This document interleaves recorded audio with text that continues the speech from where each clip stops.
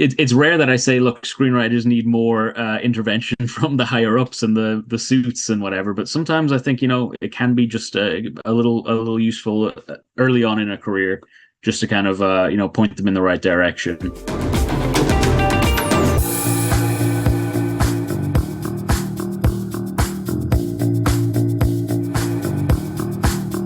All right, so today we have an amazing little segment that we're doing where it's like the script to screen here at Kinolime. So where we read a screenplay, then watch the movie, and then talk about the difference. And today we're talking about our favorite movie here, Weapons. We have live from the UK, Mira Owen Griffiths, who read the screenplay, watched the movie, and we're going to talk a little bit about the difference between what happened from the script to the screen and all the fun stuff in between. Mira, what's up, dude? Hey, John. Thanks for having me on. Yeah. We're both wearing light collared shirts today. I've got buttons all the way down, though, and a pocket square, so we're slightly different. I know you wrote an article for us a little while back regarding Weapons, and you saw the movie. So I just would love to ask the big question is, what was the major difference between the screenplay and what you saw on screen? Yeah, good question. So I would say that, first of all, Cregger's script, while I had problems with it, the movie did make some attempts to fix some of the issues, especially in the third act, in terms of under or over explaining certain things.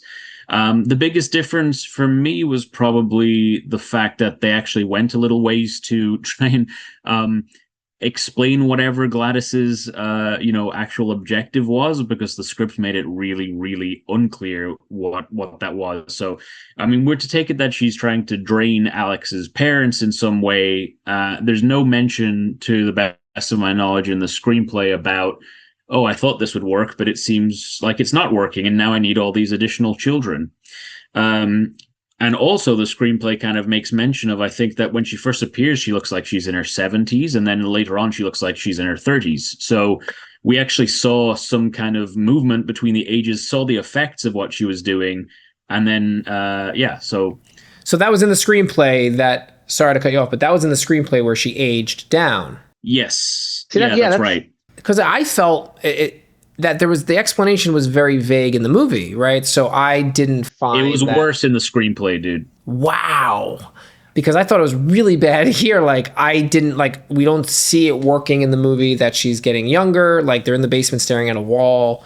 Like, is she siphoning her energy? I didn't understand why she even went to her like great niece's home. Like, I just, a lot of things were left unexplained, which really, really bothered me. Something I didn't really pick up on in the script, but I suppose I did in the film, is that when she mentions that Alex's parents are ill, she mentions that they have consumption, which I take to mean that she's, maybe hundreds of years old and, coming from some sort of tuberculosis type, background. The old Oregon Trail, I think, is mentioned in there.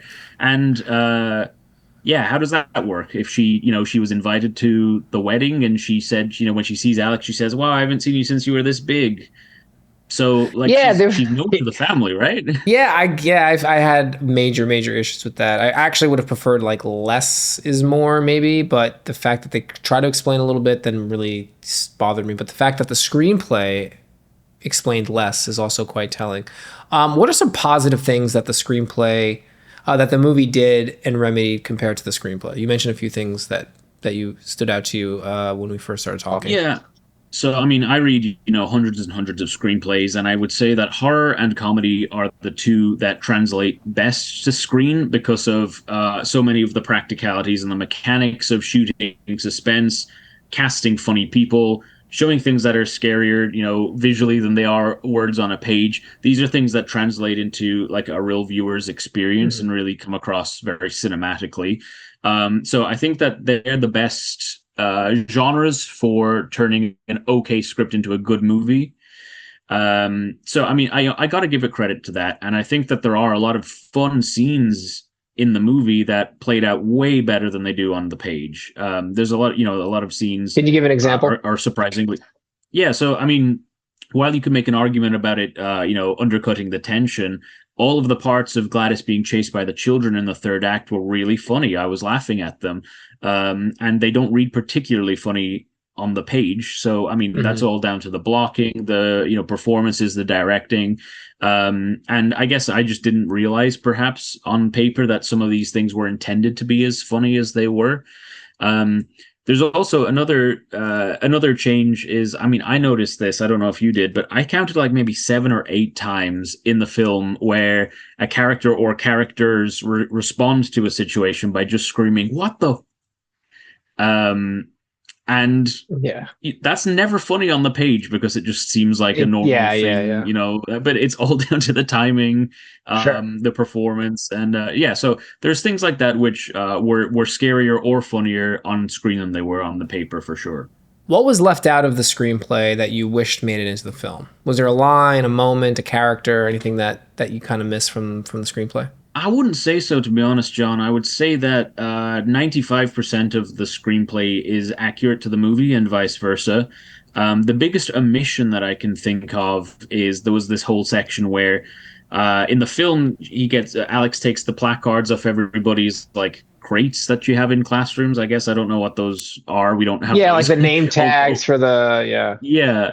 In the screenplay, he required to get uh, Valentine's Day Yeah. cards off everybody, which didn't really make sense to me because these were meant to be like a belonging of the other person. But if a Valentine's card is given to you, then I feel like that's your belonging.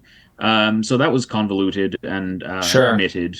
I think saved a lot of time, but that was the only kind of really major change in terms of like what we actually see on the screen. So overall, so you would say that this was fairly close to the screenplay, which is great. Yeah, Zach Cregger, I guess, he wrote and directed this, so there's less maybe studio interference when it comes to directing your own work versus writing for a director.